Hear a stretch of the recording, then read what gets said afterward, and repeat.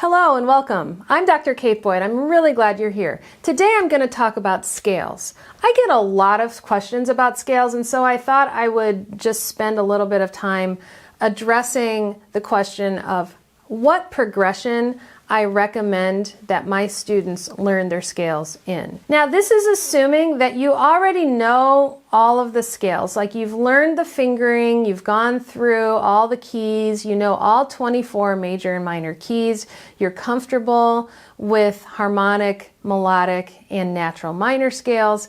And so this is a video about what to do once you sort of know all of your scales, and either you are going back to review them after not working on them for a long time and then deciding it's time to start getting serious about technique again, or if you are simply wanting to continue a progression through your scales.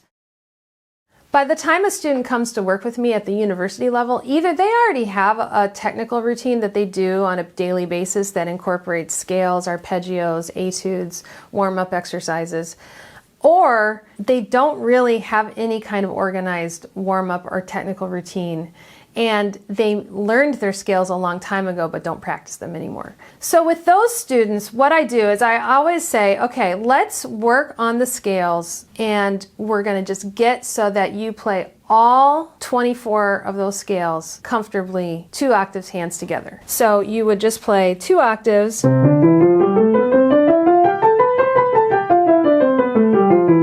and then the relative minor, A minor.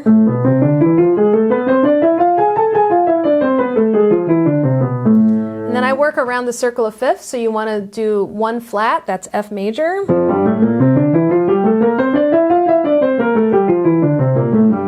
And then the relative minor, D minor.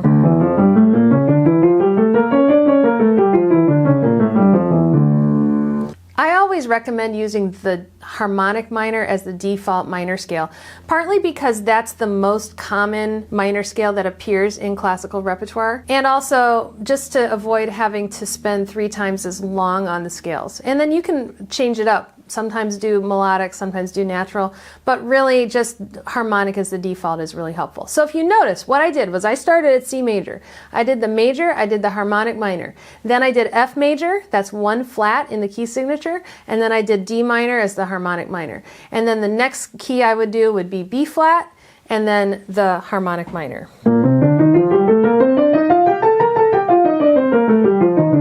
And then G minor.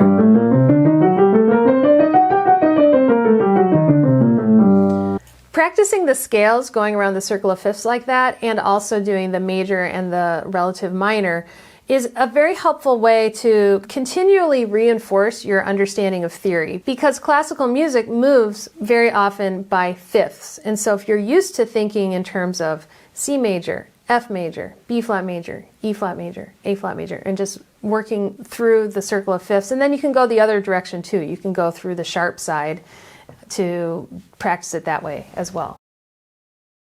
All right, so once you've done your 2 octave scales hands together, then what the next step would be to work to 4 octaves. And so going back to C major,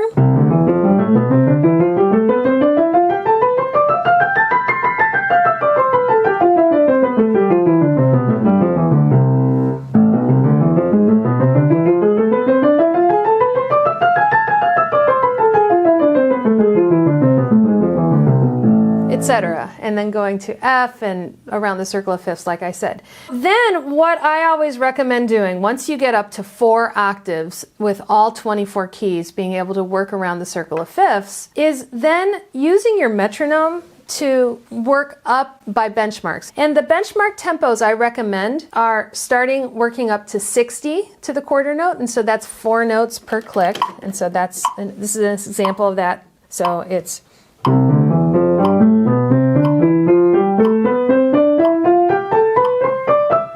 etc., right? That's 60. Then you get all of your scales, all 24 scales, comfortable, 4 octaves at 60. Then the next step is 72, and then the next metronome benchmark is 80. Then the next benchmark would be 96, and then your goal tempo for scales is 120. The way that I recommend breaking up scales is taking advantage of the fact that 24 is divisible by different numbers quite easily. So you could do 4 scales a week if you're really trying to remediate and practice your fingering and you just can't remember it. Then just work on 4 scales a week, because then you will get through all 24 scales in 6 weeks. If you want to spend a month doing it, then work on 6 scales a week. And if you want to just spend 2 weeks doing it, and if you're already quite confident and it's just a little bit of superficial review, then doing 12 scales a week will get you through the cycle in 2 weeks. But I recommend not just going for all 24 scales unless you are already really secure with the fingering, because along with practicing the notes, it's very important to reinforce the actual fingering of the scales. And I have 2 scale books that I always recommend for students. And that's the Brown Book of Scales, and that's the Alfred Scale book. And I'll put a link to both of them in the description. All right, so now we've worked all of our scales up to 4 octaves at 120. Okay, so that's, you know, pretty fast, right? So here we are, and right, and back, right? So you do all of your scales up to 120. Then the next step is to practice contrary motion scales. And the way I do that is by using the grand pattern. The grand pattern is you start at the bottom and then you go up 2 octaves in parallel motion. Then you go in contrary motion 2 octaves. Then you go contrary motion in 2 octaves. Then you go up 2 more octaves, down, out, in, and down. And I'll show you exactly what that is in case that sounded a little confusing. So up 2 octaves. Now out 2 octaves. Now in 2 octaves. Then up 2 octaves. And then up. And then down. And then you do that next key.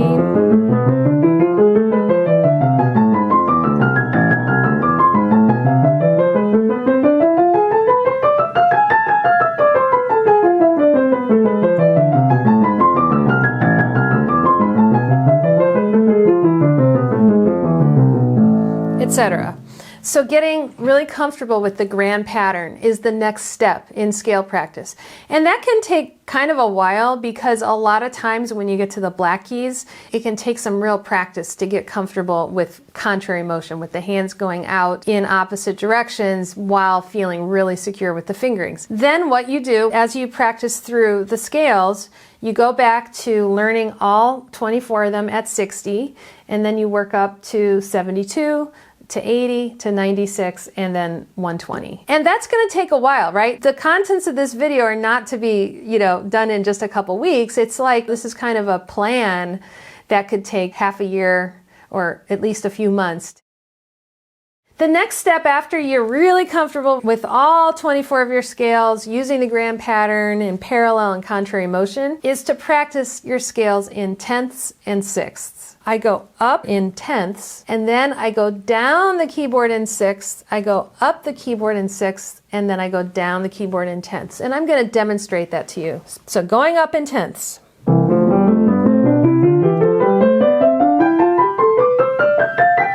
Then I do a little turnaround where the hands go in opposite directions for 2 notes.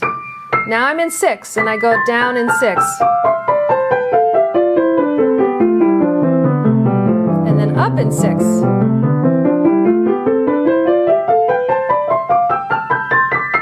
And then down in tenths. So I do this chromatically. So then the next key I would do is D flat.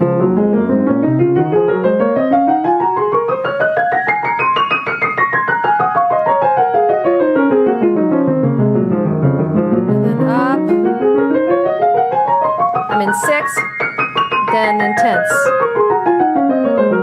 etc. Same thing, right? Going up. So you just do all the keys, all the major keys chromatically. That's how I do it. Now I'm going to clarify how that little turnaround works, because you can't see my hands with this camera like this. So I'll show you from down here. So I'm in D major, for example. I'm going along, and then this is the top. I I go to the tonic note, the D, in the left hand, and then I just flip the hands. I go in the opposite direction by 2 notes. So I go using the correct fingering, and then I come down in 6, etc., etc., and then I come back up in 6th. Then again I go to the 3rd note, to F sharp, and then I flip it around. I go in opposite direction, and then go down. Now if that's confusing to you, then just practice in parallel tenths and parallel sixths. So that would just be like,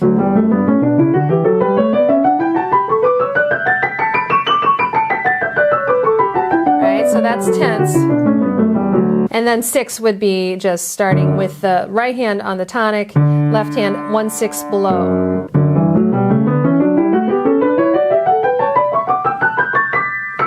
Etc. Then you work that up, same thing, work it up to 60, 72, 80, 96, and 120. You can practice a combination of all of those things. So if you are really focusing on a technical thing like hand position, just practicing 4-octave scales to look at that. If you're working on keeping a flat wrist, you can put a phone there, put some kind of mirror or a camera there, and just videotape yourself playing a scale, and then check and see if your wrist is dropping super low or if it's super high, and then start to work on addressing that. If you're working on musicality, or if you're just wanting to work on speed, then practicing the gram pattern is really good for that. And also practicing the tenths and sixths is very helpful at really reinforcing fingering, because if you've never practiced scales in tenths or sixths, that really challenges you to secure your fingering, because it can be very confusing at first. If you want to know more about the way that I approach scales in my teaching, then check out this video right up there, because I talk about